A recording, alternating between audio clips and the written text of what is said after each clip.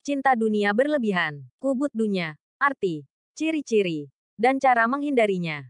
Menyajikan informasi terkini, terbaru dan terupdate mulai dari politik, bisnis, selebriti, lifestyle dan masih banyak lagi. Salah satu penyakit hati yang kerap menyerang kaum muslim adalah hubud dunia. Secara terminologi, hubud dunia artinya cinta terhadap dunia. Sementara secara etimologi, hubud dunia artinya perasaan cinta yang berlebihan terhadap semua hal yang berbau materi, terutama harta benda. Hubud dunia adalah sumber kehancuran umat. Penyakit ini sangat berbahaya karena dapat melemahkan sekaligus menggerus keimanan umat muslim kepada Allah SWT. Bahkan, Rasulullah SAW sangat risau jika umatnya sampai terkena hubud dunia. Rasulullah SAW bersabda, "Demi Allah, bukan kemiskinan yang aku khawatirkan akan menimpa diri kalian. Akan tetapi, aku khawatir jika dunia ini dibentangkan untuk kalian sebagaimana ia dibentangkan untuk orang-orang sebelum kalian sehingga kalian berlomba sebagaimana mereka berlomba, dan akhirnya kalian hancur sebagaimana mereka hancur." Hadis riwayat Bukhari Muslim.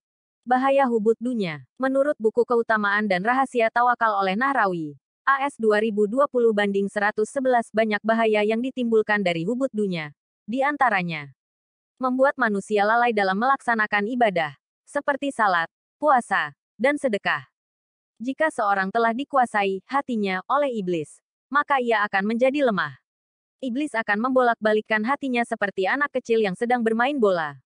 Menimbulkan berbagai penyakit hati lainnya, seperti rakus, tamak, bangga, angkuh, dan pamer terhadap apa yang dimiliki. Bahkan, dia bisa berbuat keji untuk mendapatkan dunia yang diinginkannya.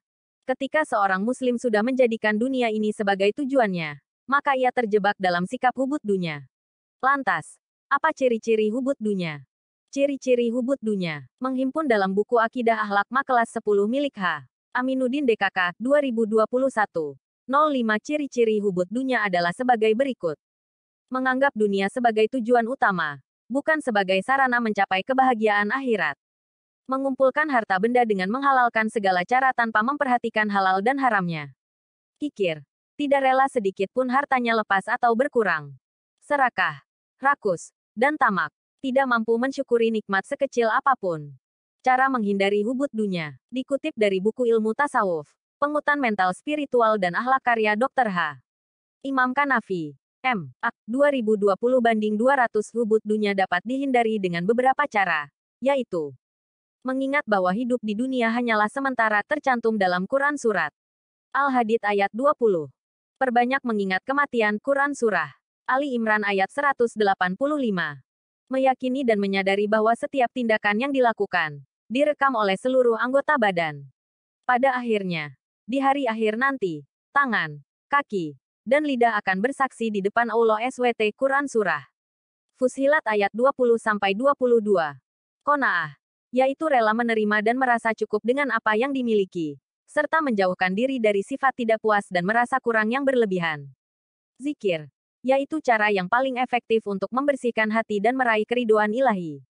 Tinggalkanlah hal yang sia-sia dan tidak bermanfaat. Saudaraku, di antara tanda baiknya seorang muslim adalah ia meninggalkan hal yang sia-sia dan tidak bermanfaat. Waktunya diisi hanya dengan hal yang bermanfaat untuk dunia dan akhiratnya. Sedangkan tanda orang yang tidak baik Islamnya adalah sebaliknya. Rasulullah Shallallahu Alaihi Wasallam bersabda, "Sesungguhnya jika engkau meninggalkan sesuatu karena Allah, niscaya Allah akan memberi ganti padamu dengan yang lebih baik." Hadis riwayat Ahmad. Syekh Syuaib Al-Arnaud mengatakan bahwa sanad hadits ini sahih. Hadits agung ini memuat berbagai kalimat. Pertama, sabdanya, meninggalkan sesuatu. Ini mencakup meninggalkan segala sesuatu yang mengharapkan ridha Allah Azza wa Jalla. Kedua, sabdanya, karena Allah, maksudnya Nabi menerangkan bahwa meninggalkan sesuatu harus karena mencari ridha Allah Azza wa Jalla, dan bukan karena takut terhadap penguasa, malu dari orang lain, terpaksa, atau karena tidak mampu melakukannya, dan seterusnya. Ketiga, sabdanya, niscaya Allah akan memberi ganti padamu dengan yang lebih baik. Maksudnya bahwa balasan orang yang melakukan itu adalah ganti rugi dari Allah Azza wa Jalla dengan yang lebih baik atau lebih utama dari apa yang telah ia tinggalkan. Ganti dari Allah Azza wa Jalla bisa berupa dari jenis yang ditinggalkan, atau dari jenis lain. Bisa juga berupa kecintaan, ketenangan jiwa dan lapang dada kepada Allah Azza wa Jalla, baik di dunia maupun akhirat. Sebagaimana Allah Azza wa Jalla mengajari kaum mukmin untuk senantiasa berdoa. Ya Rabb kami, berikanlah kepada kami kebaikan di dunia dan kebaikan di akhirat. Dari Abu Hurairah radhiyallahu anhu bahwa Rasulullah shallallahu alaihi wasallam bersabda, Allah Azza wa Jalla berfirman, jika hambaku ingin melakukan kejahatan maka janganlah kalian, para malaikat, catat hingga ia melakukannya. Dan jika ia telah melakukannya maka catatlah sebagaimana adanya, yakni satu dosa, tapi jika ia meninggalkannya karena aku maka catatlah itu sebagai satu kebaikan baginya. Jika ia berniat melakukan kebaikan sedang ia belum melakukannya maka catatlah itu sebagai satu kebaikan baginya. Dan jika ia melakukannya maka catatlah itu untuknya sebagai 10 kebaikan sampai 700 kali lipat. Hadis riwayat Al-Bukhari No. 7501. Dari Abu Hurairah radhiyallahu anhu. Dari Nabi Shallallahu alaihi wasallam. Beliau bersabda, di antara kebaikan Islam seseorang adalah meninggalkan hal yang tidak bermanfaat. Hadis riwayat Tirmidzi No. 2317. Ibnu Majah No. 3976. Syaikh Al-Albani mengatakan bahwa hadits ini sahih. Hadits ini mengandung makna bahwa di antara kebaikan Islam seseorang adalah meninggalkan hal yang tidak bermanfaat baik berupa perkataan atau perbuatan. Ja'amiul Ulum wal Hikam 1:288. Tanda baiknya seorang muslim adalah dengan ia melakukan setiap kewajiban. Juga di antara tandanya adalah meninggalkan yang haram sebagaimana sabda Nabi Shallallahu alaihi wasallam. Seorang muslim yang baik adalah yang tangan dan lisannya tidak menyakiti orang lain. Hadis riwayat Bukhari nomor 10 dan Muslim No. 40. Ibnu Rajab Al-Hambali mengatakan bahwa jika Islam seseorang itu baik, maka sudah barang tentu ia meninggalkan pula perkara yang haram, yang syubhat dan perkata yang makruh. Begitu pula berlebihan dalam hal mubah yang sebenarnya ia tidak butuh. Meninggalkan hal yang tidak bermanfaat semisal itu menunjukkan baiknya seorang muslim. Lihat Ja'amiul Ulum wal Hikam 1:289. Saudaraku, menjaga lisan adalah tanda baiknya Islam seseorang. Kata Ibnu Rajab rahimahullah, mayoritas perkara yang tidak bermanfaat muncul dari lisan yaitu lisan yang tidak dijaga dan sibuk dengan perkataan sia-sia. Ja'amiul Ulum wal Hikam 1:290. Keutamaan menjaga lisan ini diterangkan dalam firman Allah Azza wa Jalla yang menjelaskan adanya pengawasan malaikat terhadap perbuatan yang dilakukan oleh lisan ini. 16, 17, 18. Dan sesungguhnya kami telah menciptakan manusia dan mengetahui apa yang dibisikkan oleh hatinya. Dan kami lebih dekat kepadanya daripada urat lehernya. Yaitu ketika dua orang malaikat mencatat amal perbuatannya. Seorang duduk di sebelah kanan dan yang lain duduk di sebelah kiri. Tiada suatu ucapan pun yang diucapkannya melainkan ada di dekatnya malaikat pengawas yang selalu hadir. Quran Surat Ka'af 16-18. Ibnu Abbas mengatakan, yang dicatat adalah setiap perkataan yang baik atau buruk. Sampai pula perkataan, aku makan, aku minum, aku pergi, aku datang, sampai aku melihat, semuanya dicatat. Ketika hari Kamis, perkataan dan amalan tersebut akan dihadapkan kepada Allah.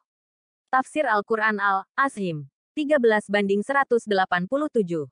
Dalam hadits Al-Husain bin Ali disebutkan bahwa Nabi Shallallahu alaihi wasallam bersabda, di antara tanda kebaikan Islam seseorang adalah mengurangi berbicara dalam hal yang tidak bermanfaat. Hadis riwayat Ahmad 1:201. Syekh Syuaib Al-Arnaud mengatakan bahwa hadits ini hasan. Abu Ishaq Al-Hawas berkata, sesungguhnya Allah mencintai 3 hal dan membenci 3 hal. Perkara yang dicintai adalah sedikit makan, sedikit tidur dan sedikit bicara. Sedangkan perkara yang dibenci adalah banyak bicara, banyak makan dan banyak tidur. Hadis riwayat Al-Baihaqi dalam Syu'abul Iman, pukul 5:48. Umar bin Abdul Aziz berkata, siapa yang menghitung-hitung perkataannya dibanding amalnya, tentu ia akan sedikit bicara kecuali dalam hal yang bermanfaat. Kata Ibnu Rajab, benarlah kata beliau, kebanyakan manusia tidak menghitung perkataannya dari amalannya. Ja'amiul Ulum wal Hikam 1:291. Saudaraku, yang kita saksikan di tengah-tengah kita, garis bawah Talkmore, doles garis bawah, banyak bicara, sedikit amalan. Ibnu Rajab berkata, jika seseorang meninggalkan sesuatu yang tidak bermanfaat, kemudian menyibukkan diri dengan hal yang bermanfaat, maka tanda baik Islamnya telah sempurna. Ja'amiul Ulum wal Hikam 1:295. Saudaraku, mungkin ada sebagian dari kita yang menganggap bahwa meninggalkan hal yang tidak bermanfaat berarti meninggalkan pula amar ma'ruf nahi munkar. Jawabnya, tidaklah demikian. Bahkan mengajak pada kebaikan dan melarang dari suatu yang mungkar termasuk hal yang bermanfaat.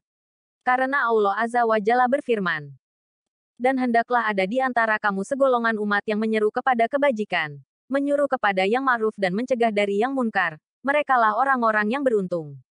Quran Surat Ali Imran 104. Lihat Syarh Al-Arba'in An-Nawawiyah 182. Sehingga dari sini menunjukkan bahwa nasihat kepada kaum muslimin di berbagai kesempatan di mimbar-mimbar dan menulis risalah untuk disebar ke tengah-tengah kaum muslimin termasuk dalam hal yang bermanfaat, bahkan berbuah pahala jika didasari dengan niat yang ikhlas. Ya Allah, berilah kami petunjuk untuk mengisi hari-hari kami dengan hal yang bermanfaat dan menjauhi hal yang tidak bermanfaat. Semoga Allah Azza wa Jalla mengaruniakan hidayahnya kepada kita, sehingga kita tetap istiqomah senantiasa meninggalkan hal yang sia-sia dan tidak bermanfaat untuk meraih ridhanya. Amin ya Rabb. Wallahu alam bisawab.